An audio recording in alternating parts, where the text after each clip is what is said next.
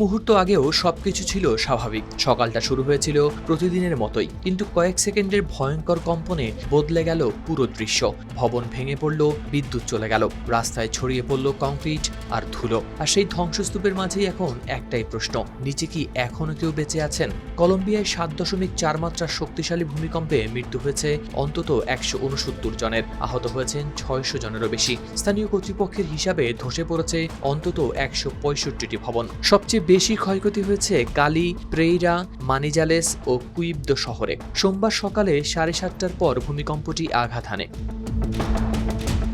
কম্পন এতটাই তীব্র ছিল যে রাজধানী বোগোটা পর্যন্ত মানুষ আতঙ্কে ঘর ছেড়ে নেমে আসে রাস্তায়। অনেকে তখনও ঘুমের পোশাকেই ছিলেন। ভূমিকম্পের গভীরতা প্রায় 110 কিলোমিটার হওয়ায় এর কম্পন অনুভূত হয়েছে প্রতিবেশী ইকুয়েডর ও পানামাতেও।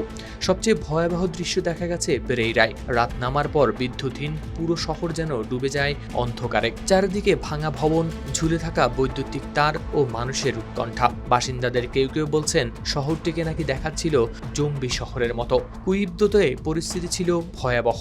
সরকারি সেবা ও যোগাযোগ ব্যবস্থা কার্যত বন্ধ হয়ে যায়। আতঙ্কে কেউ বাড়ির দ্বিতীয় তলা থেকে লাফ দিয়েছেন, কেউ আবার কিছু না নিয়েই ছুটেছেন রাস্তায়। অনেক মানুষ খোলা রাস্তায় দাঁড়িয়ে করেছিলেন প্রার্থনা।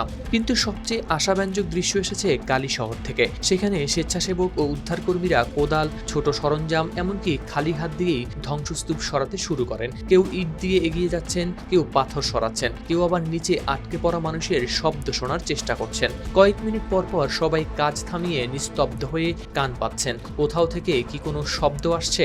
মানব শৃঙ্খল তৈরি করে চলছে উদ্ধার কাজ। আশপাশের মানুষ খাবার, পানি ও প্রয়োজনীয় সরঞ্জাম নিয়ে ছুটে এসেছেন। কারো হাতে টর্চ লাইট, কারো হাতে গ্লাভস। লক্ষ্য একটাই, যতজন সম্ভব মানুষকে জীবিত বের করে আনা। দেশজুড়ে হাসপাতালগুলো সর্বোচ্চ সতর্কতায় রাখা হয়েছে। কালি শহরে জারি হয়েছে রাত্রিকালীন কারফিউ। অন্তত 6টি বিমানবন্দরের কার্যক্রমও করা হয়েছে স্থগিত। প্রেসিডেন্ট আবেলার্দো দে লা এসপ্রিয়েল্লা দায়িত্ব গ্রহণের মাত্র 3 দিন পরেই জরুরি অবস্থা ঘোষণা করেছেন এবং একটি সমন্বিত উদ্ধার অভিযানের প্রতিশ্রুতি দিয়েছেন। আন্তর্জাতিক সহায়তাও আসতে শুরু করেছে। যুক্তরাষ্ট্র জরুরি ত্রাণ হিসেবে $1.55 কোটি দেওয়ার ঘোষণা দিয়েছে। ইউরোপীয় ইউনিয়ন উদ্ধার অভিযানে স্যাটেলাইট সহায়তা চালু করেছে। বিভিন্ন দেশ থেকেও আসছে সহায়তার প্রস্তাব। হাওলাদার শামীম, RTV।